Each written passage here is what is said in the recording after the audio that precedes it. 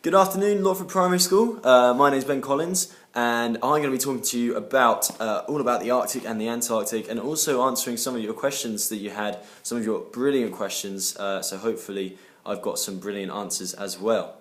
I'm going to be talking about my most recent expedition, which was to a place called Svalbard in the Arctic, and it looks a little bit like this. So that's what I'll be answering my questions about, and also some of my past experiences as well. So what made me go to the Arctic? Well, the Arctic melts in the summer and it freezes in the winter. And every year, the Arctic is getting smaller and smaller and smaller. So eventually, there's going to be no Arctic ice to explore. So I wanted to do it as soon as possible to see as much of the ice and as much as the wildlife as possible. Because I feel in the next 100 years, you may not be able to have the same experience as you would nowadays, which is a real shame. But that's the way climate change is going. Have I ever seen a polar bear? On my recent expedition, I camped next to on a fjord, which is a body of water coming in from the ocean. And I camped on the side of this fjord, and whilst I was asleep, unbeknown to me, a bear had swum across the fjord and climbed out about 5 meters away from my tent and was sniffing through my food. Luckily, the person who was on bear watch, which is the person who stays up and looks out for the bears, luckily she saw him and managed to keep the situation safe. But there was a bear about 5 meters away from my tent, which is amazing. They are really, really huge animals, but they're not very fast. You might know that reindeer and polar bear live in the Arctic, but the polar bears don't hunt the reindeers because the polar bears are very lazy, and they'd rather just wait at the sea ice for their seals rather than chase these reindeer, because the reindeers are actually really good runners. So yeah, lazy polar bears can't be bothered with the reindeer. At night time, it wasn't too bad. During the day, it was into the minus temperatures, but at night time, what we do is you get into your tent and you have 2 stoves. You've got one for cooking and boiling your water and making sure that all your food is ready, and the other one you put on the side and you turn it on and you just leave it there. And what it does is it heats up your tent, and your tent can get up to around 20 degrees. So inside your tent, you can sometimes be wearing your pajamas or just normal clothes. So it does get really toasty inside your tent, which is great and really nice when it's freezing outside. What do you eat and drink? That's a really good question. Well, what I eat is what I took with me was vacuum packed food. So I had curries, I had chilies, and they were all in airtight bags.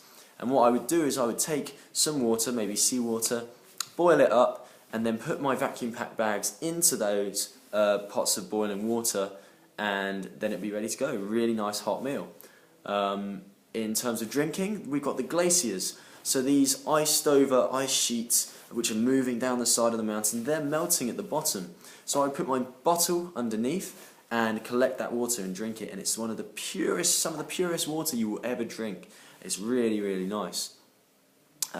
In terms of keeping my energy up during the day, I couldn't take Mars bars or Twixes or double deckers, so you have to take, I take seeds, and especially pumpkin seeds, because they've got a lot of energy in them and they pack down really small.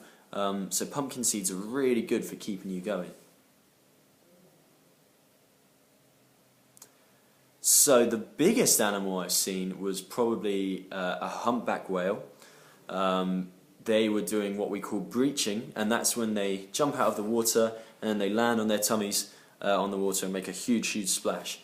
So I saw a couple of humpback whales. The cutest animal?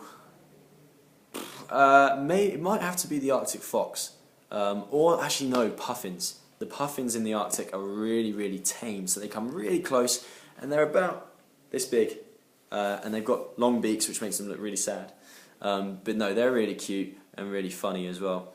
And the scariest animal I've seen is definitely the polar bear. When you get up and close and personal with them, in the TV series and movies, it doesn't really do it justice, but they are huge and they have really long claws and big spiky teeth. So you don't want to get on the wrong side of a polar bear, trust me. Does the sun go down at night time? Depends when you go. If you go to the Arctic in the summer, there is 4 months of just daylight. So for every hour of every day for 4 months, the sun is up. But if you go in the winter, it's dark all the time. For every hour of every day, the moon is in the sky and it is pitch black. So it depends when you go. There's also a transitional period in between of 2 months where the sun is either rising, it's either sunrise for 2 months, or the sun is setting for 2 months. So that's kind of like a twilight period. I went by myself on this previous expedition, but it was quite a popular place to kayak. I mean popular, there's probably about 4 or 5 people on the same fjord. So at night times I would try and find other people to camp with so that it was safe and we could take turns doing polar bear watch. Now I expected the weather to be really snowy, really cold, but actually in the summer it's not too bad. It was about -6 and it was actually raining. It was really miserable. Some days it was raining, some days it was really sunny, and it was very similar to what we have here really, weather-wise, just a little bit colder. But in the winter obviously it can get down to around -65 degrees. So that's just unbelievable and the coldest place on earth. I hear you're having a really fun Polar Fun Day, and I hope the rest of it goes really well. I hope you've enjoyed this, and if you have any more questions, you can send them to me or ask your teacher to send them to me, and I will get back to you as soon as I can.